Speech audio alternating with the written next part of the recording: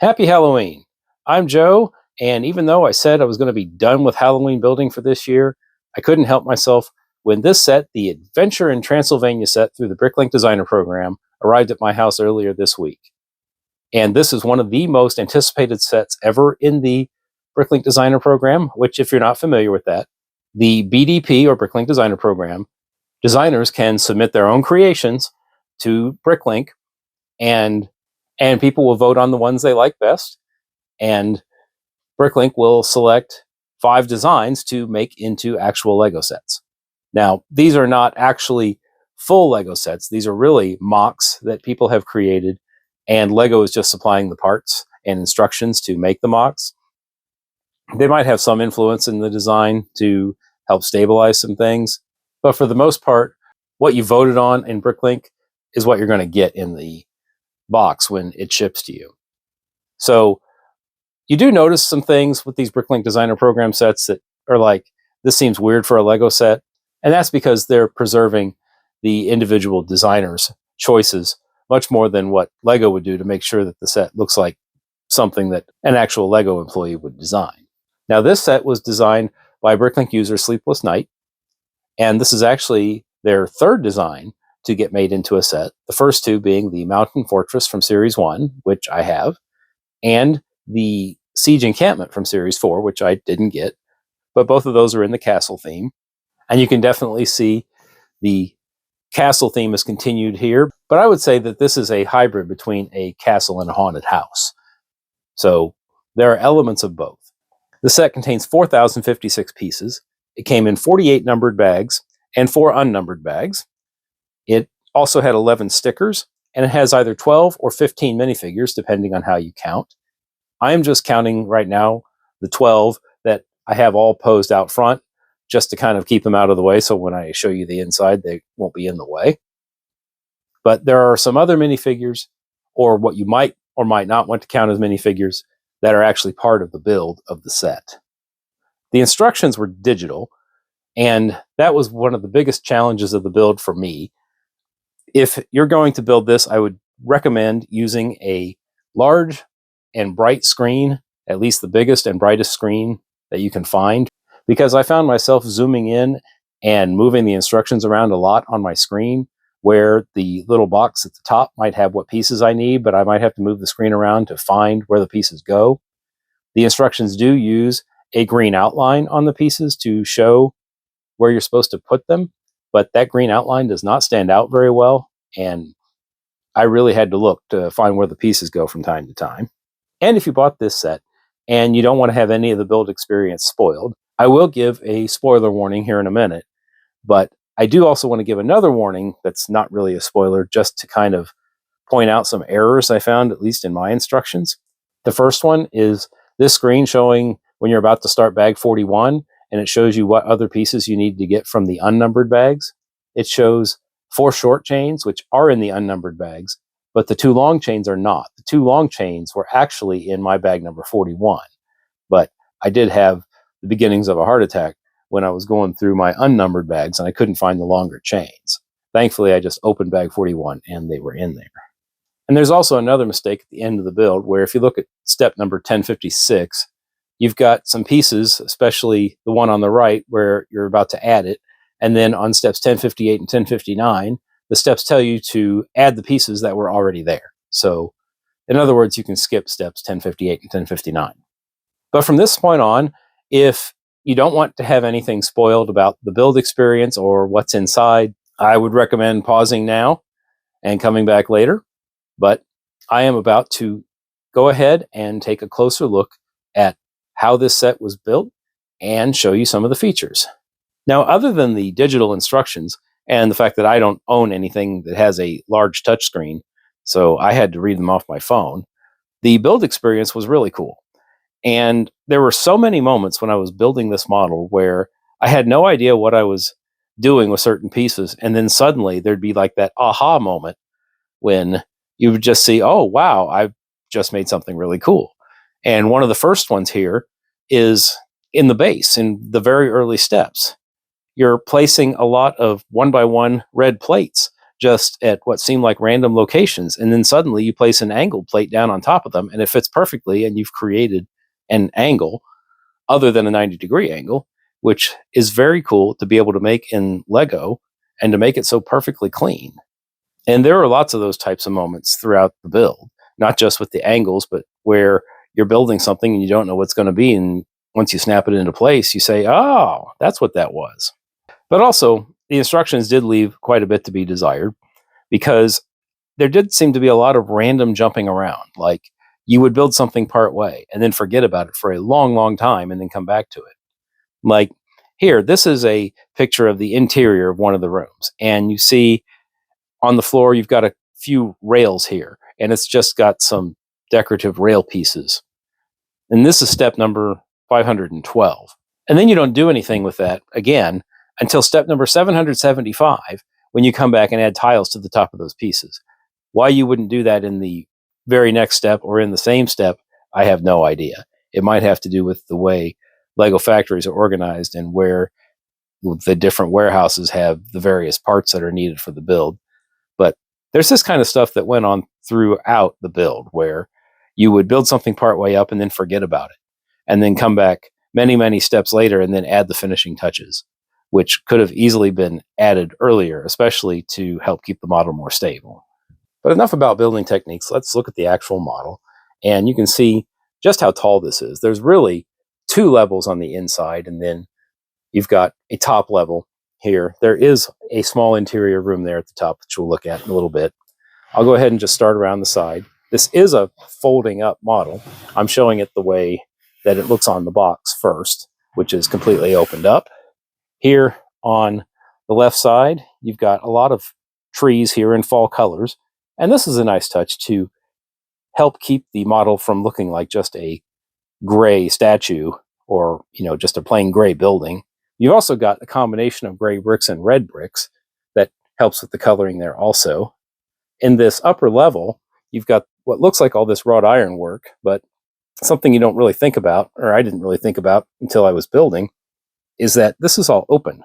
There's no windows or anything in there. So that is, I don't know how else you would do those types of details, but that was just something I didn't really think about. But there's all kinds of interesting ways to connect things in here. Like, this is just a Technic piece.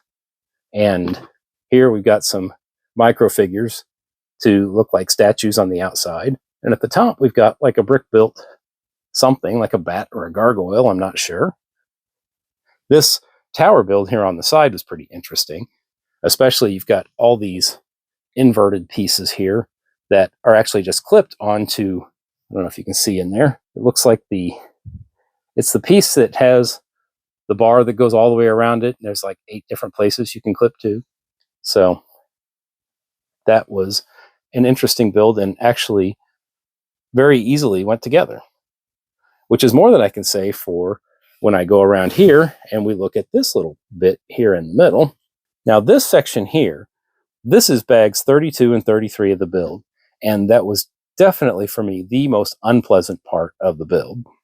And you build this whole module separately, and one of the hard things about it is, if you see all this stuff here at the bottom, you've got, these cone pieces here, and you got all these bats hanging upside down, and you have to press a lot of pieces over axles that run down the middle, and those pieces do not move easily. But because you've got non-flat surfaces on the bottom that you've already built, you can't set the model down to press down over those axles. And I had to, well, there is an opening on the other side here that I had to stick my finger in to hold the axles in place to be able to push things down. And it got very confusing to keep track of where everything was supposed to go. And I was taking it apart and putting things back together. And I also had a part quality issue, which really surprised me, is these black screens in here in these little window pieces. They are just barely in there. So the slightest touch would knock them out. And it's really tight quarters in there to try and push your finger in there. Or I ended up having to use another brick to shove them back into place. But I probably knocked those screens out 6 or 7 times while I was building that little subassembly. Now, the end result is really cool looking, but that was the worst part of the build for me, was building that part. Now, if we get away from that for a little bit, we see a lot more of the red and yellow leaves and flowers here, which I think look really good. You've got what looks like an overgrown tombstone. That is a sticker there. And there's a lot of stickers here with initials and dates, and I'm not sure if the dates mean anything, but I do wonder if the initials on the stickers are perhaps people being honored by the creator of the set. Although I did find one interesting thing when I was building the set is that you actually get two of this particular tile early in the set, except one of them is printed with the TC, which is the Tiago Catarino initials. Tiago, of course, was a former Lego designer who now has a YouTube channel with a few more followers than mine. But that piece was created shortly after Tiago left the Lego company and was used as a headstone in Lego's Haunted House Fairground Collection set.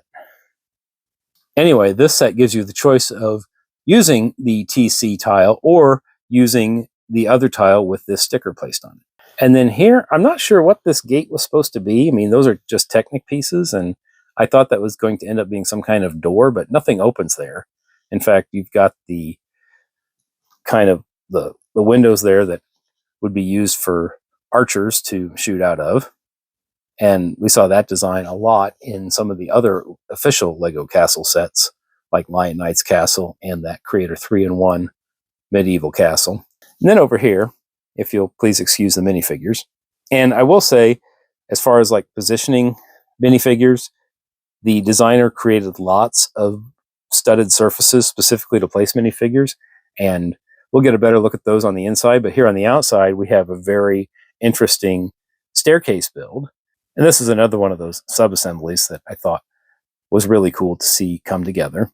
And you've got all these stairs which are built with studs on the side, construction with a few exposed studs here and there. Those are headlight bricks just placed sideways. And you have lots of places to position minifigures on these stairs that get you to the upper level of the castle, which does have a door, which is sitting propped open at the moment. And then back down at the bottom, we've got a skull, because, you know, it is an adventure in Transylvania, so my guess is the castle is haunted.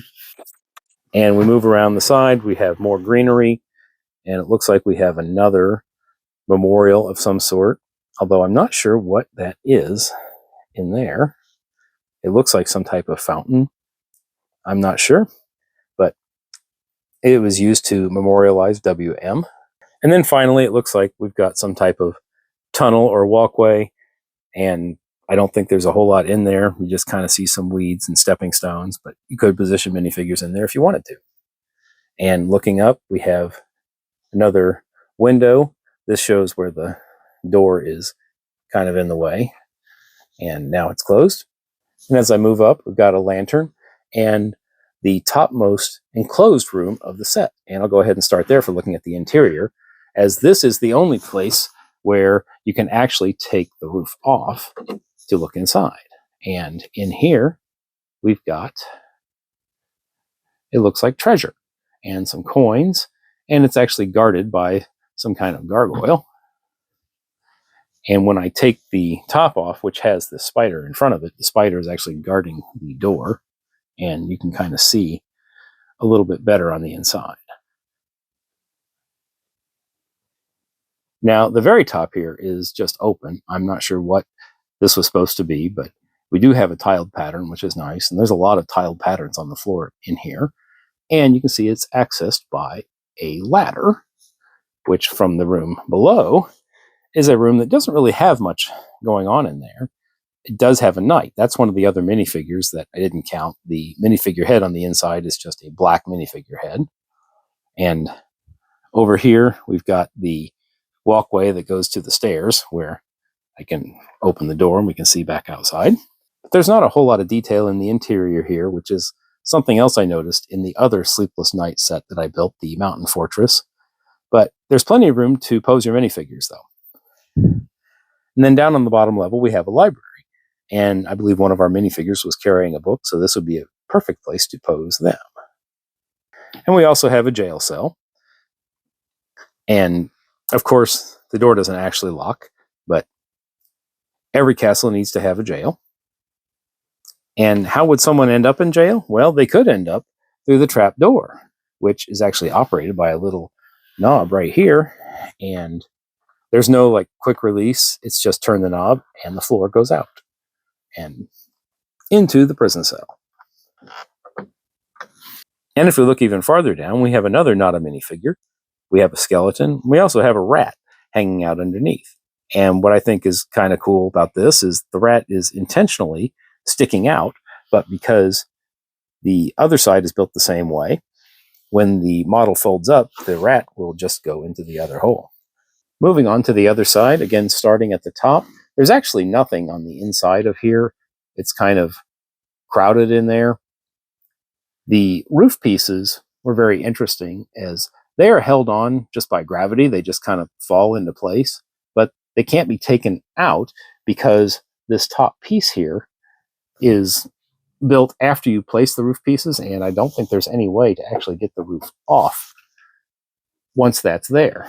Now, placing all those pieces on the top was a bit problematic, and I think this is a case where if this had been an official Lego set, Lego quality control probably would have noted that there was a problem with building this part, because underneath this part here, which is 2 studs wide, but it's all balanced using jumper plates on a 1 stud wide, 15 stud long combination of plates with nothing supporting it underneath. So as I pressed down on pieces, jumper plates to put on top of those 1x1 plates, there was a lot of bending, and I really felt like it was going to come apart.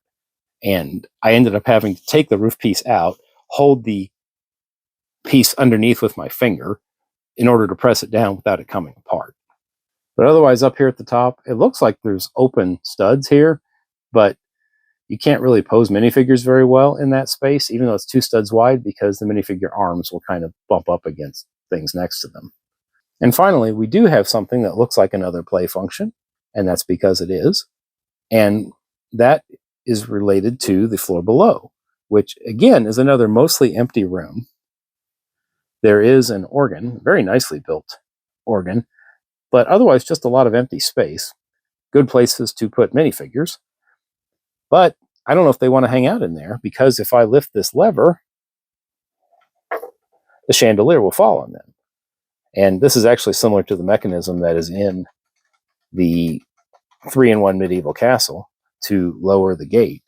And I think the Mountain Fortress had the same feature, but you can just crank this back up and release it.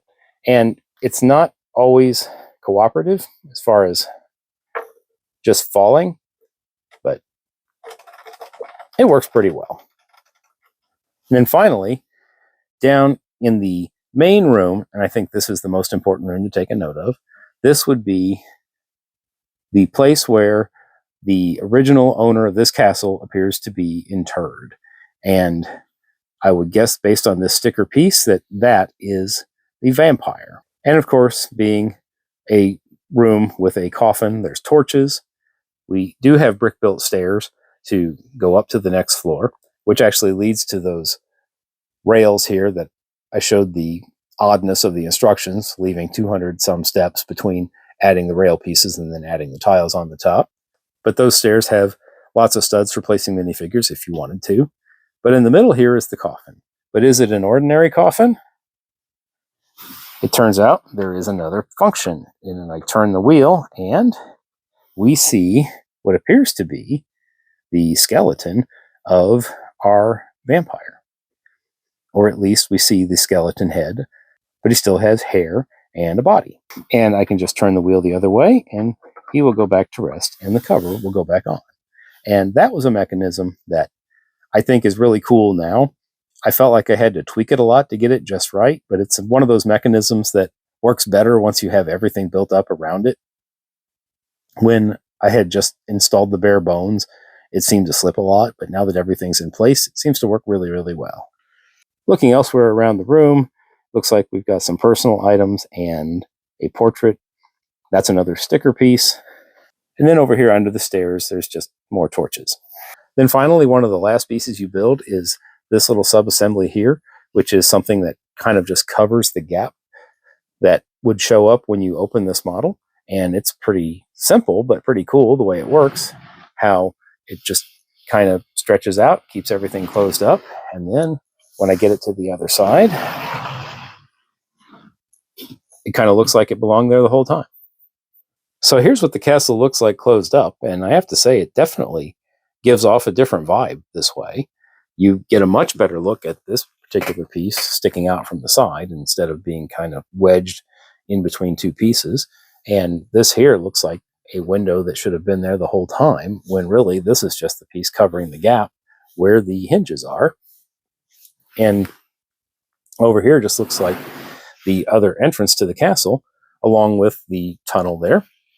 And when we move it around, we get another view, and this view is not too bad either, where you got more of the trees, and you do have the straight look in through this kind of semicircle tower area.